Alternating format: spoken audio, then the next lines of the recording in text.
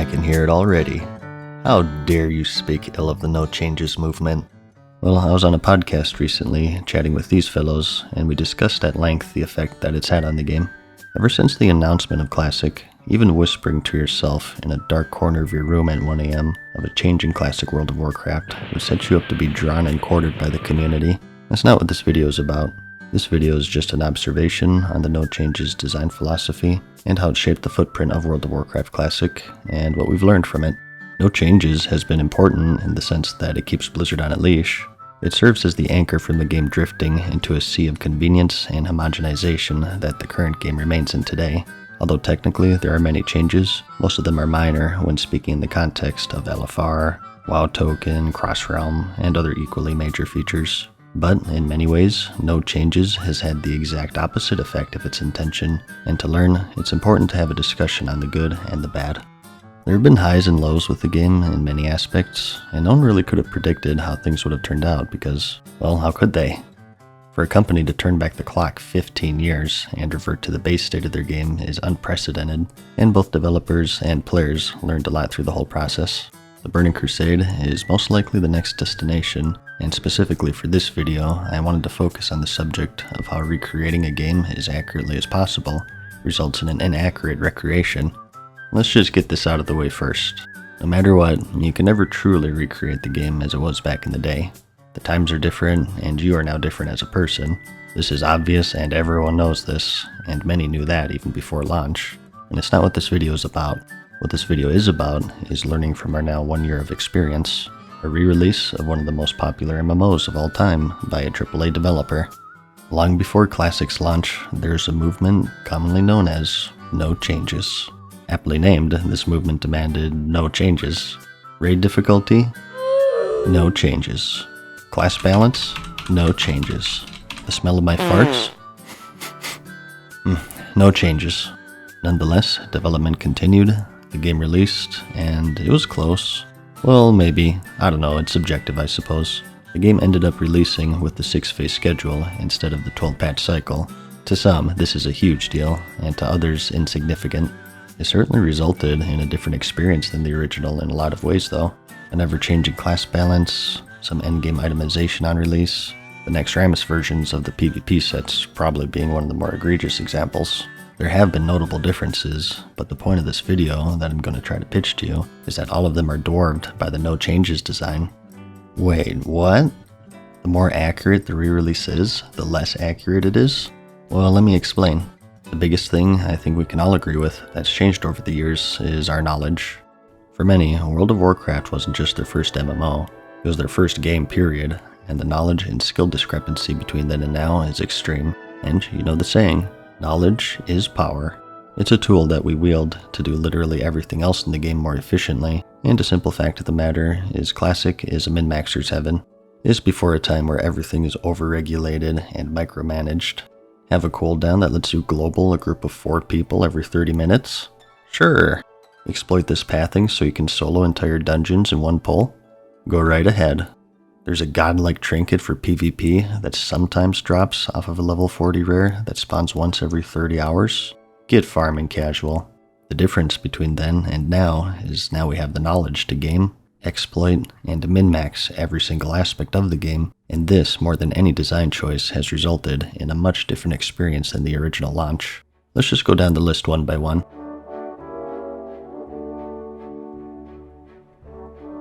World buffs. Technically back then, you could stack world buff after world buff. You could set up summons, run a gauntlet, and rack up more steps on your character in one single night than you've done in real life for the past year. The Dharmal Tribute, Onyxia, Songflower, ZG, Blasted Lands, everything. Back then, technically you could coordinate 40 people to stack these, and then raid log for 6 days and run through these raids in 30 minutes, but it simply didn't happen. In 2005, approximately 0 people were sneaking into Orgrimmar to get mind controlled and get a 15% melee haste buff. But today, it's common. You're hearing it from the horse's mouth. I raided a lot back then. Most players didn't even know about world buff stacking, let alone being able to work out the logistics of coordinating 40 people to be on the same page. We simply didn't have the knowledge, nor means. I mean, our computers could barely run one account at 15 FPS, let alone two to have a Horde priest alt to mind control ourselves, or Warlock alt spread across the globe. Even the elitist jerks, the best of the best, the #1 US guild led by Ian Hazakostas, didn't stack world buffs. And even going past the difficulty aspect, it's also different in the sense of raid logging. Raid logging hardly existed back then, if at all. People didn't say, "Nah, I can't log in because I have Songflower ticking." People didn't run a second account with a priest to reset head timers. And people didn't have summoning alts across the globe to facilitate world buffs. The effect on raiding is huge, but the effect on the community, in a game that's focused around the community, is just as huge. I think it's still complete overkill, and without them the raids will still be cleared through rather quickly, but the world buff meta is probably one of the biggest examples of how NoChanges has resulted in monumental changes with how the game is played. Let's talk about leeway. In original vanilla, Blizzard implemented the leeway system into the game.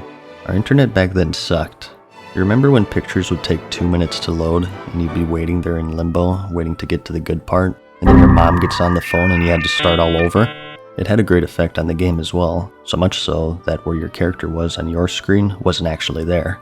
Everyone lagged more, and it would be common to have a couple second discrepancy between your perceived position and your actual position. For PvE you could deal with it, but for PvP it was horrible because both participants had this lag, and meleeing each other was like an awkward square dance where you could be close enough to give your target a slap on the ass, yet still, you are out of range.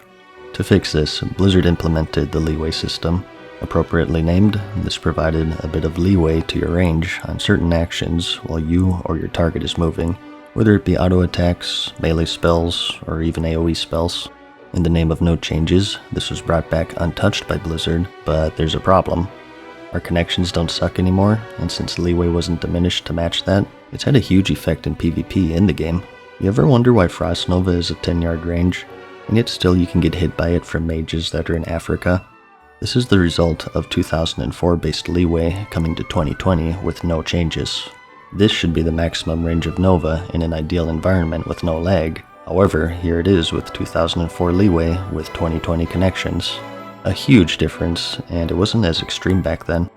Check out this melee range as displayed during the beta. You can't even consider this melee anymore. This is a special case with Tauren involved, and as you know they have that increased range. But still, this is something that'll surely be noticed even more in the Burning Crusade, where a single yard can make the difference between a win and a loss. Back in the day, in patch 1.4, Blizzard released the PvP honor system. It was pretty bare, and there weren't any battlegrounds, so to rank up, he simply world PvP'd. Remember when I said that the Classic community is known for min-maxing everything? This includes humans. Phase 2 held Dire Maul, and shortly after, the honor system.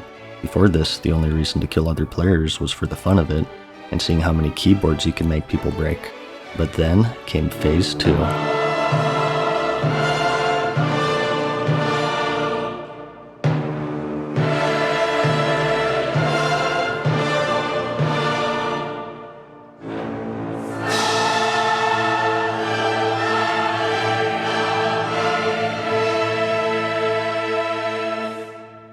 In California, the legal age of consent is 18 years old.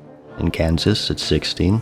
And in World of Warcraft, it's 48, because it's then is when you give that sexy honor. The release of Phase 2 was the real apocalypse of the Mayan calendar. Burning Steppes, Searing Gorge, Hillsbrad, Plaguelands, fucking Red Ridge. Every square inch of every zone was a battleground. It didn't matter if you were level 48 and you'd been killed 9 times. A roaming group of 35 players would paint the floor with your feces for a fraction of an honor point, and corpse camp you until you logged off in a wild scramble to obtain the mighty pixel. You think you can hide? Ugh, my spidey sense is tingling. There's a 60 paladin nearby and a rogue, and they're after my finely toned ass. Introducing the spy add-on, otherwise known as wall hacks for World of Warcraft. This add-on essentially turned everyone into a guard in Metal Gear whenever you were foolish enough to come within 200 yards of them. You'd pop up on a list, and you'd see a horde of 20 players immediately change direction. If you were on a PvP server and you weren't level 60 by the time Phase 2 came out, you were not leveling up in the world. You just weren't. Imbalanced servers became extremely imbalanced servers as people migrated to either A, PvE servers, B, quit entirely, or C, PvP servers where they outnumbered the enemy faction. 60-40 servers quickly became 70-30, and then 80-20, and now we have some that are 98-2 due to the rampant and unchecked abuse of the server transfer feature. Man, this is depressing to watch. Remember, no changes though. This all came to an end when Blizzard finally released the Warsong Gulch and Alterac Valley battlegrounds, and players could once more leave their major cities. But for many servers, the damage had been done, and even today, nearly a year later, they still haven't recovered from the ridiculousness of the No Changes Phase 2 launch. This isn't really a discussion on if this was good gameplay or not. Spoiler alert, it wasn't, but the point here is that, like many other aspects, the PvP system was released with no battlegrounds in the spirit of no changes, and resulted in a massively different and just plain unhealthy experience. I don't know, do you guys remember Ironforge becoming a horde city back then? Because I sure don't. That's a pretty big change if you ask me. And I could go on and on. We could get into batching designed for 2004 in a 2020 environment. We could talk about the economy, the level 1 pool parties that they only recently nerfed, multi-boxing, which they technically allowed back then, that was only recently nerfed. We could talk about dungeon XP with higher levels in the party being no changes, which has birthed the boosting meta. I think by now you get the point though. I'm not putting blame or faulting anyone here. I said it in the beginning, how could anyone really know how all of this would turn out? In fact, I considered myself mostly no changes at first. What's done is done, and there's no use crying over spilled milk. And that's not the point of this video. The point of this video is, now that we move forward with BC Classic here, is to not be so quick to default to the no changes mentality, because it doesn't necessarily make for a more accurate recreation. In fact, as you've seen, it can be the exact opposite. It's a never-ending battle for developers to combat players' skill and knowledge, and introduce unknowns and obstacles to slow them down. That itself is tough enough, but it's a problem that's exacerbated 100 times over in the context of these re-releases, because not only have we played the game before, but people have been playing them for the past decade through the advent of private servers, and the information is now out there. And what's more is you have to balance that with that aspect of recreating the game as accurately as possible. It's tough. So how do you keep dated and trivial content challenging to match the original experience, yet still keeping it as accurate as possible? Well, you can do things such as removing world buffs when zoning into raids, because that change more accurately simulates how it was back in the original run. I still think that the raids would be pretty easy, but the meta of stacking these insane buffs and then raid logging for 6 days would vanish, making it an experience closer to the original run in 04 to 07, which after all was the whole goal of the No Changes movement to begin with. The key is to target things that are changed with this increased knowledge. If you can isolate it and not get on that slippery slope, that's the best call in my opinion. People didn't bring world buffs into raids back then, so remove them upon zoning into raids for the re-release. People optimize honor farming, and in the absence of battlegrounds, will completely lock down the world, creating horrible server balance issues, so release battlegrounds with the honor system. Leeway is overcompensated for 2020 connections. Tone down the leeway because we're not on dial-up anymore. There are those already who fear that the Burning Crusades raids will fall under a similar fate as Classics raids, and that the content will be steamrolled incredibly quickly due to our combined increased knowledge and skill, assuming that it follows a similar design of that 2.4 patch and loose phasing cycle with mostly no changes that we got with Classic.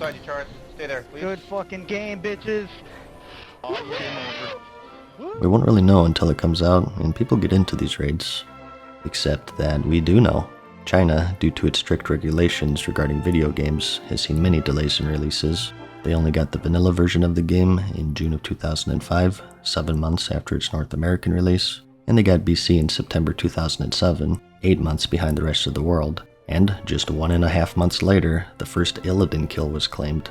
1.5 months. And this is back in 2007. Nearly 13 years later, and with the advent of private servers and full raid guides, boss strategies, and so on, BC Classic will surely see the same fate as Vanilla Classic, and these raids will go from these epic challenges to parsing in leaderboards. I already know that people are going to tear my head off for this video, and to that end, I want to say that I think the best development strategy is to give players the choice.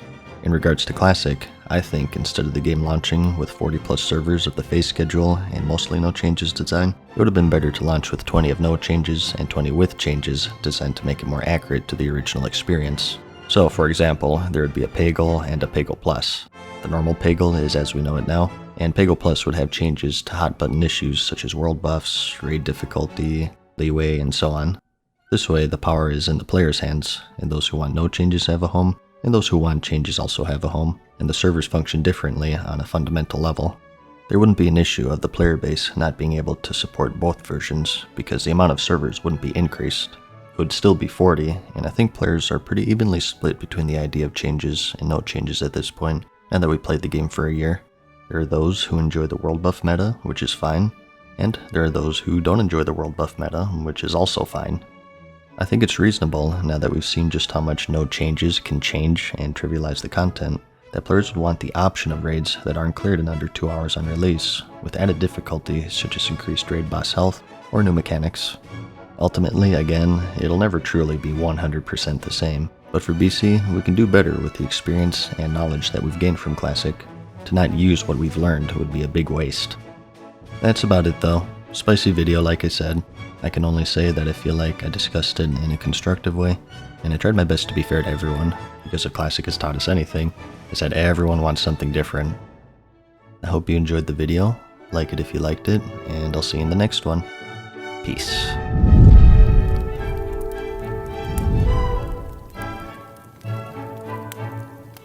Farewell for now, mortals.